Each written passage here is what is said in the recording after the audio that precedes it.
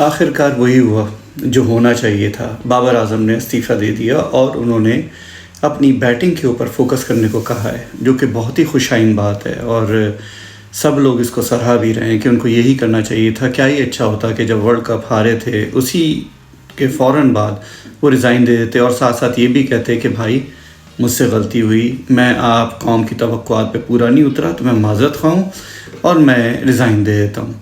सीधी सी बात थी, सिंपल सी, अपनी इज़्ज़त भी रह जाती है और लोग आपको पसंद भी करते हैं। लेकिन आपने वही हठधर्मी वाली हरकतें की, साजिशी वाली। रिजवान, आप, शाहीन आफरीदी लगे रहे। कभी सर्जरी की बातें, कभी किसी की बातें, कभी कोई कह रहा है कि यही टीम लेके चलें, कभी यही कप्तान रहेगा। मतलब अजीब व गरीब कहानियों, लेकिन यकीनन कुछ ना कुछ रात में हुआ होगा और वो भी खबर जल्दी आ जाएगी। तो ये तो खैर चलता रहेगा, इस पे और भी बात करेंगे। लेकिन सबसे ज़्यादा जो इम्पोर्टेंट बात है वो इंडिया का मैच है जो कल इंडिया ने बांग्लादेश को हराया है।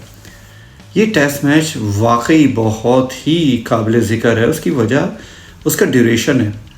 2 दिन, अगर आप पूरे ओवर्स वगैरह काउंट करें तो 2 दिन के अंदर इंडिया ने एक टेस्ट मैच जीता है, जो कि बहुत ही ज़बरदस्त परफॉर्मेंस है।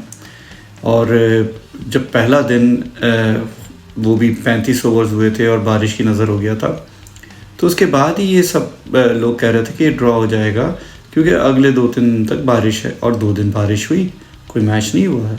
और जब चौथे दिन मैच शुरू होता है और उस मैच में जिस तरह से इंडिया बैटिंग करता है वो काबिल-ए-दीद थी।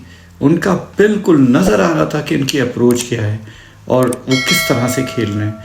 मेरा ख्याल सिर्फ 35-38 ओवर्स में उन्होंने 285 रन किए हैं। और ये मतलब ये दुनिया की क्रिकेट टेस्ट तारीख़ में कभी ऐसा इतना तेज़ कोई नहीं खेला। 3 ओवर में 51 रन से, और वही सब जो आता गया वो मारता गया, वो रुके ही नहीं है कोई। उनकी अप्रोच ये थी कि हमने ये मैच जीतने के लिए खेलना है। और वो रोहित ने कहा भी अगर हार जाते तो हार जाते, लेकिन एटलीस्ट उनकी जो अप्रोच थी और जो उनकी इंटेंशन थी वो बहुत पॉजिटिव थी, जिसकी वजह से वो बांग्लादेश को हराने में कामयाब हुए। तो ये वो टीमें होती हैं जो वाकई बड़ी टीमें कहलाती हैं। यही बांग्लादेश की टीम थी जब पाकिस्तान में खेली। पाकिस्तान के ख़िलाफ़ 126-124 रन पे 6 खिलाड़ी आउट थे और पाकिस्तान ने उनसे 400 रन बनवा दिए। पाकिस्तान पहली इनिंग में 450 रन पे डिक्लेयर करने के बावजूद मैच हार जाता है। अब आप सोचिए, पाकिस्तान के बॉलर्स करते रहते हैं कि हमारे पास तो बॉलर्स की कमी नहीं है, हमारी तो बैटिंग नहीं चलती है, बॉलर्स तो हमारे ज़बरदस्त होते हैं। बॉलर्स की कुटाई देख लें आप, और एक आप देख लें इंडियन बॉलर्स को, कंप्लीट टीम नज़र आ रही है ऊपर से नीचे तक। अगर आप देखेंगे, अश्विन जैसा प्लेयर यार, जो सेंचुरी भी करता है, 6 विकेटें भी लेता है, और क्या चाहिए। जडेजा, मतलब आपके पास इतने ज़बरदस्त ऑलराउंडर्स बैठे हुए हैं कि आपको ज़रूरत ही नहीं है। ऊपर आप देखें पूरी क्रीम है, 2-2 विकेट कीपर खेल रहे हैं आपके पास, जो कि 1 विकेट कीपिंग कर रहा है। लेकिन आप उनके कैलिबर देखें, उनकी क्लास देखें आप। रिजवान किसी एक की क्लास के ऊपर वो नहीं कर सकता, कंपेयर नहीं कर सकते हम। ना वो राहुल की तरह खेलता है और ना ही वो पंत की तरह बहादुरी के साथ खेलता है। दोनों विकेट कीपर शानदार हैं।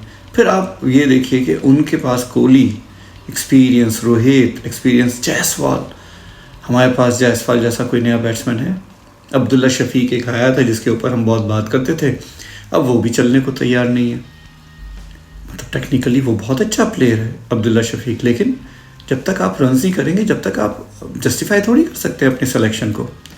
तो खैर, ये एक बड़ी टीम की अप्रोच है। अब पाकिस्तान इंग्लैंड आ रही है, अब पाकिस्तान वहाँ पर किस तरह से अप्रोच करता है इंग्लैंड की टीम को, किस तरह से प्लानिंग करते हैं और किस तरह से उनको आउट कर पाता है। बहुत सारे क्वेश्चंस हैं जिनके जवाबात हमें इस सीरीज़ में हासिल होंगे।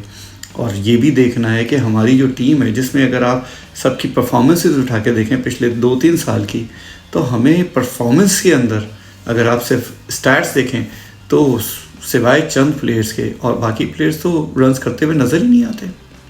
और बॉलिंग का भी यही हाल है। तो हम किस तरह से कह सकते हैं कि हमारे पास यही टीम खेलनी चाहिए जो कि पिछले 3-4 साल से खेले चली जा रही है, सिवाय चंद एक नए लड़कों के जो चेंज हुए हैं। अगर इसी तरह से ये करते रहे तो कोई फ़ायदा नहीं होगा। आपने कब देख लिया, चैम्पियंस कप हुआ, इतनी बड़ी बड़ी बातें हुई, डाइवर्जन था वो बेसिकली, सर्जरी करके फिर डाइवर्जन किया उसको चैम्पियंस कप में जहाँ पर ज़रूरत थी इन सारे नेशनल प्लेयर्स की, वहाँ अपने प्लेयर्स निकाल दिए।